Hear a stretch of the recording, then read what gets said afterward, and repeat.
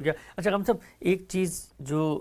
ہم نے دیکھا ہے کہ مسلمان بالعموم اس سے بہت پریشان ہو جاتے ہیں، نئے نئے فلسفے آتے ہیں اور ایک رو چلتی ہے، اور ہمیں نظر آتا ہے کہ نوجوانوں میں بالخصوص ایک چیز بڑی پذیرائی پا رہی ہے۔ آپ نے خود اپنی زندگی میں دیکھا ہوگا، ایک زمانہ ہوگا لوگ وجودیت سے بہت متاثر تھے، اور ہر گلی کوچے میں جو دانشور بیٹھا ہے وہ اس کا راگ الاپ رہا ہوتا تھا۔ اس طرح سے سوشلزم کا ایک غلغلہ یہاں پر آیا، تو اس سے جو مسلمان ہیں، جو اللہ کی کتاب کو مانتے ہیں، ان کو گھبرانے کی کوئی ضرورت نہیں ہے کہ وہ اس کتاب کے اندر سے جا کے کوئی ایسے فکری دھارے تلاش کریں جو سوشل اس ذہن کو کچھ تھوڑا مطمئن کر دے اور پھر باقی اپنی بات بھی پہنچا دے۔ ہماری بات پہلے دن سے آج تک ایک ہی ہے، اور جو بھی نیا فلسفہ پیدا ہوگا وہ اس کی طرف جائے گا تو اس اپنے فلسفے کی تنقیح کروائے گا، نہ کہ قرآن مجید کو بہتر کرے گا۔ ایسا ہی ہے بالکل، یعنی قرآن مجید تو ایک ابدی ہدایت لے کر آیا ہے،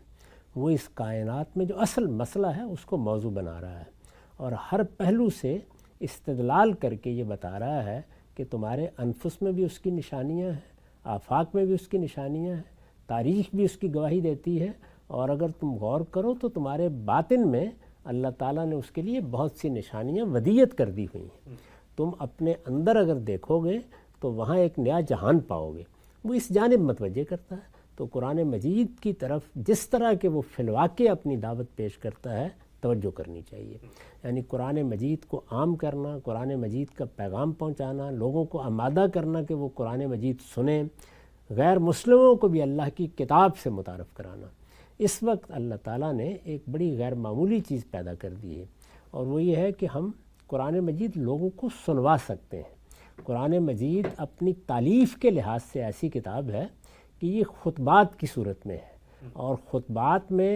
آپ جب سنتے ہیں تو تاثیر غیر معمولی ہو جاتی ہے۔ قرآن کا معاملہ بھی یہی ہے۔ اس وقت یہ ممکن ہو گیا ہے کہ قرآن مجید جو عربی میں لوگ سمجھ سکتے ہیں عربی میں، اور جو اس کے تراجم سن سکتے ہیں ان کے لیے تراجم بہت بڑے پیمانے پر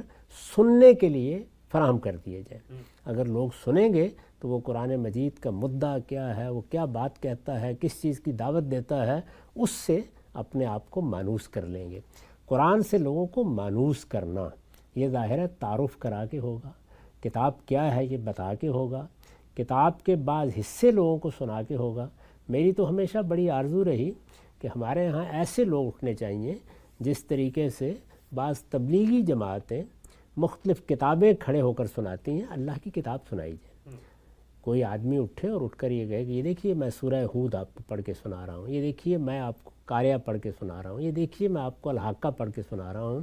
قرآن پڑھا جائے، قرآن سنایا جائے، قرآن مجید لوگوں کے سامنے رکھا جائے، اور لوگوں کو توجہ دلائی جائے کہ وہ جگہ جگہ ایسے مطالعے کے حلقے بنائیں، ایسے اسٹڈی سرکل بنائیں جن میں اللہ کی کتاب کا مطالعہ کیا جائے، اس میں مختلف تفسیریں دیکھی جائیں، مختلف محققین نے کیسے قرآن کو سمجھا ہے اس کو دیکھا جائے۔ تو وہ لوگ جو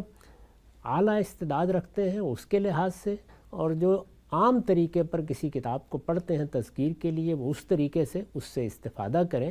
قرآن مجید ہی کو بنیاد بنا کر تعلیم دینا، اور قرآن مجید ہی کو بنیاد بنا کر دعوت دینا، یہی خود قرآن کا اپنا بتایا ہوا طریقہ